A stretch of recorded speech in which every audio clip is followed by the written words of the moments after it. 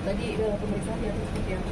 Ya, jadi saya diminta datang untuk klarifikasi dan menjadi saksi lah ya, untuk pengaduan dari Pradi Bersatu terhadap saudara RS yang menuduh ijazah Pak Jokowi palsu. Jadi tadi saya diperiksa hampir 3 jam dan ada sekitar 40 pertanyaan yang saya jawab dengan sepengetahuan saya apa yang terjadi. Pertanyaannya seputar apa? Pertanyaannya seputar waktu tuduhan saudara RS di salah satu program TV ya,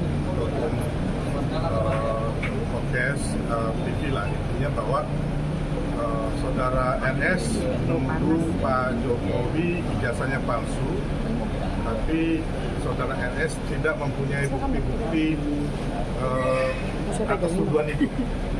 Jadi waktu itu saya sebagai narasumber di acara itu bersama saudara RS juga, dan ada sekitar 6 narasumber yang lainnya.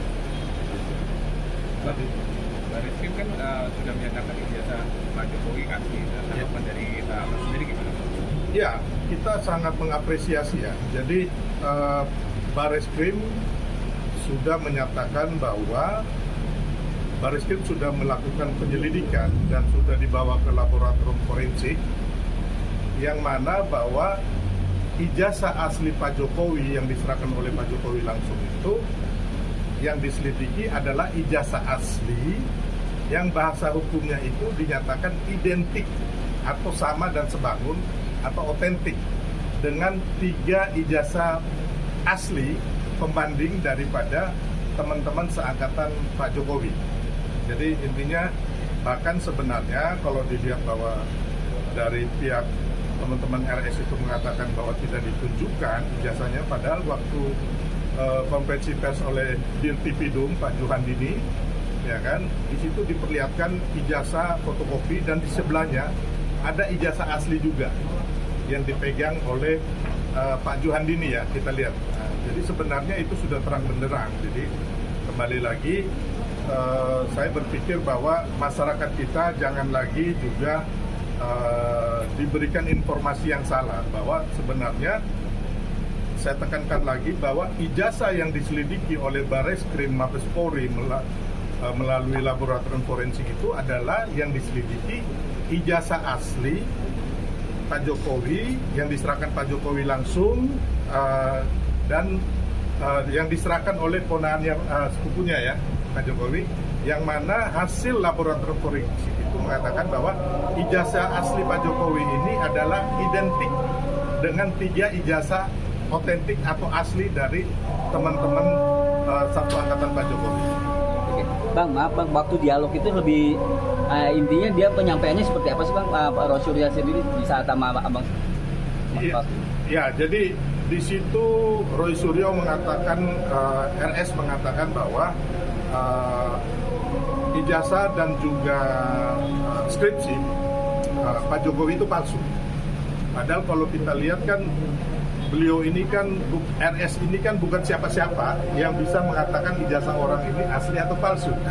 Ya kan, harusnya yang mengatakan itu adalah pihak resmi, ya kan, yang diakui oleh negara, dalam hal ini laboratorium forensik atau Mabes Polri atau putusan pengadilan.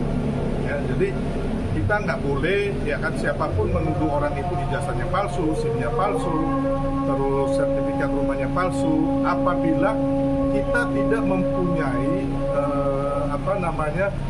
diakui lah oleh negara, ya kan, dan juga kita tidak mempunyai bukti-bukti. Jadi kita tidak mempunyai bukti bahwa ijazah ini yang asli, ini yang palsu pembandingnya, atau ijazah palsu ini dibikin palsunya tahun berapa, oleh siapa.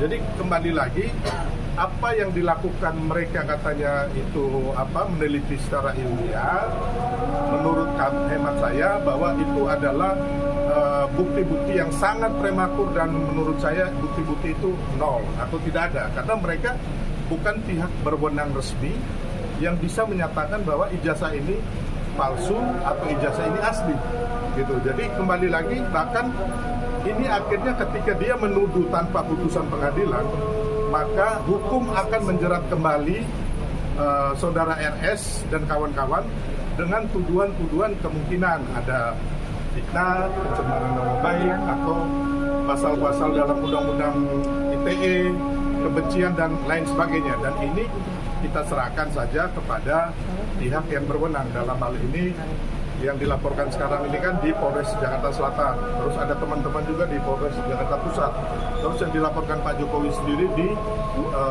Polda Metro Jaya, ya kan. Nah, jadi intinya bahwa di sini marilah kita sama-sama menegakkan keadilan dan kebenaran.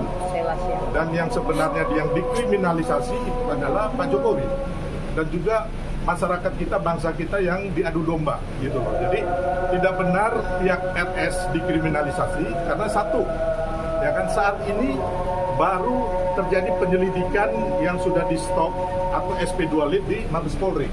Yang kedua, di Polda Metro atas pelaporan Pak Jokowi terhadap saudara RS dan 5 rekan yang lain itu baru tahap penyelidikan dan belum ada pasal-pasal yang dikenakan gitu loh, ya kan, belum ada gelar perkara, belum ada lagi penyidikan, bahkan belum sampai P21 untuk dikirim ke kejaksaan. Jadi bagaimana kita bilang ada kriminalisasi gitu loh, ya kalau mereka kemarin ke Komnas HAM, menurut saya ya kita hargai gitu loh.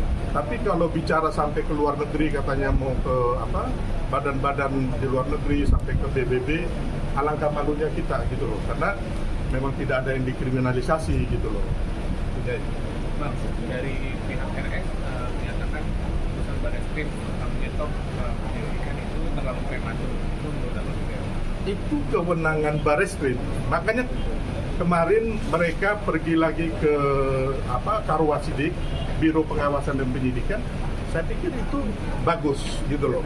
Tapi kalau dinyatakan oleh saudara Refri Harun, ya kan, dan RS sendiri mengatakan bahwa itu baru permulaan, nanti diputuskan pengadilan. Pengadilan yang mana? Karena kan harusnya dari yang pengaduan masyarakat di Mabes Polri ini kan otomatis sudah nggak berlanjut lagi ke pengadilan gitu loh, karena sudah di stop, udah SP2 Lit, ya kan. Tinggal kita sekarang lagi ada mereka juga yang menggugat di PN Solo dan PN Sleman. Dan kalau kita lihat pengajuan ini menurut konstruksi hukum yang ada dan fakta-fakta hukum, menurut saya tidak kuat dan juga tidak punya legal standing. Ataupun sekarang dari Mabes Polri sudah menyatakan itu ijazah Pak Jokowi asli, bagaimana akan diteruskan. Dan saya meyakini kalau melalui konstruksi hukum yang ada, bukan kita tuan atau paranormal, ini kemungkinan besar ya gugatan di PN Solo dan Sleman itu akan ditolak. Sama seperti halnya ada 2 gugatan yang dulu pernah di PN Jakarta Pusat dan PN Solo juga, ya kan, oleh Bambang Tri dan kawan-kawan, itu juga udah ditolak. Terus ada 1 gugatan lagi di Petun, itu pun dicabut oleh mereka sendiri, Hatta Taliwang dan kawan-kawannya. Jadi intinya mari masyarakat kita harus melihat bahwa ini sudah ada jurisprudensi ya, bahwa kejadian jurisprudensi itu kejadian yang diputuskan hakim yang menjadi acuan, ya kan, untuk kayak gugatan-gugatan ini berjalan, proses pengadilan ini berjalan, bisa jadi itu adalah satu pedoman atau tonggak. Bang, tadi selain keterangan saksi ada penyerahan atau bukti-bukti tambahan? Enggak, saya ditanya, jadi nanti yang memberikan bukti-bukti kalau nggak salah dari pihak Ketua Umum, silakan. Oke, jadi gini ya teman-teman, hari ini kita datang nih bukan bawa narasi, karena itu kita bawa saksi, kita bawa bukti, bawa data. Ini negara kita ini negara hukum, bukan negara abal-abal, sehingga stop bangun narasi. Kalau ada bangun narasi tanpa bukti valid, itu sama dengan fitnah. Jadi kita datang ke sini bukan untuk bawa narasi, ya, tapi kita bawa fakta, bukti dan data, bahkan saksi-saksi yang menguatkan bahwa perbuatan RS dan kawan-kawan itu sudah bisa diproses hukum. Oleh karena itu kami datang ke sini sekali lagi stop bangun narasi. Narasi tanpa bukti valid itu fitnah, sama dengan fitnah. Kita tidak akan membuat orang memfitnah orang, tapi kita buktikan secara hukum bahwa perbuatan RS dan kawan-kawan itu memang sudah keterlaluan dan dugaan melanggar hukum. Ada berapa saksi Bang dari pelapor sendiri yang akan nanti dihadirkan ke penyidik? Itu sudah empat saksi. Ya. Segera memanggil saksi dan saksi. Kita berharap setelah ini kita akan panggil para terlapor. Pak Leju, ada tambahan? Ya, Pak Leju. Ya, artinya hari ini ya, teman-teman saya tegaskan hanya Pak Silverstar itu diperiksa untuk melengkapi pemeriksaan. Ya, dalam klarifikasi itu perlu ditempuh beberapa saksi, oke, supaya saksi itu memberikan keterangan yang kemudian menguatkan suatu peristiwa. Nah, ketika peristiwa itu kira-kira sudah mulai dipenuhi, maka akan penyidik nanti lakukan pemanggilan terhadap terduga terlapor, oke, yaitu RS dan kawan-kawan, untuk dimintai keterangan sebagai dalam rangka klarifikasi juga. Memang benar ada nggak peristiwa saat itu, ada nggak peristiwa atau perbuatan yang dilakukan. Jadi nanti semua keterangan ini dikumpulkan, kemudian akan dilakukan gelar. Disitulah akan ditentukan apakah peristiwa ini merupakan suatu tindak pidana atau bukan. Atau pro justisia. Iya, jadi teman-teman artinya bersabar di situ, kawal saja. Nanti tanya sama Kadif Humas di sini, ya kan, terkait dengan pemanggilan terduga terlapor itu, gitu ya. Saya cukup, biarkan saya. Ya. Nah, kalau untuk saya sedikit aja ya, saya sampaikan bahwa pemeriksaan ini, peristiwa ini kita laporkan. Kalau kami dalam penelitian hukum Pradi Bersatu jelas bahwa ada green design atau desain besar yang diciptakan oleh RS dan kawan-kawan sejak 2022 ya, setelah adanya putusan menghukum tanggal 9 November 2022 saudara RS ya sebagai terdakwa dalam kasus stupa.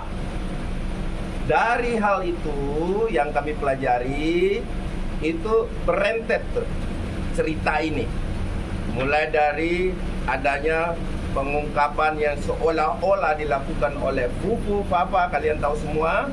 Terus kemudian mulai masuk kepada keluarga besar Bapak Jokowi dan menyentuh seluruh keluarganya, bukan cuma satu, ayah, ibu, anak. Inilah yang saya maksud sebagai grand design, bagaimana menciptakan sebuah fitnah yang berakibat fatal buat keluarga besar beliau. Yang pertama adalah kepercayaan publik. Itu yang pertama. Udah mulai berubah. Tadi malam coba teman-teman bisa lihat juga di video itu ada Saudara Refli menyampaikan bahwa kepercayaan publik itu berbalik menjadi 98%. Itu dampak. Nah, kalau kita berbicara pidana, dampak, kerugian, kemudian material formil. Nah, ini penting. Nah, sehingga saya menyebut laporan kepolisian yang kami laporkan di Polres Jakarta Selatan adalah sebuah green design besar Roy dan kawan-kawan, RS dan kawan-kawan. Oke? Nah, itu dari saya cukup. Ada tambahan? Tambah satu kalimat saja ya. Namanya barang asli itu mau diuji kemanapun, negara manapun, laboratorium manapun, dia tetap akan muncul sebagai barang yang asli. Oleh karena itu berhenti, hentikan narasi-narasi yang membingungkan masyarakat, hentikan narasi-narasi yang tanpa bukti valid. Itu sama dengan fitnah. Ya. Oke, teman-teman. Terima kasih ya. Oke, ada yang mau eksklusif?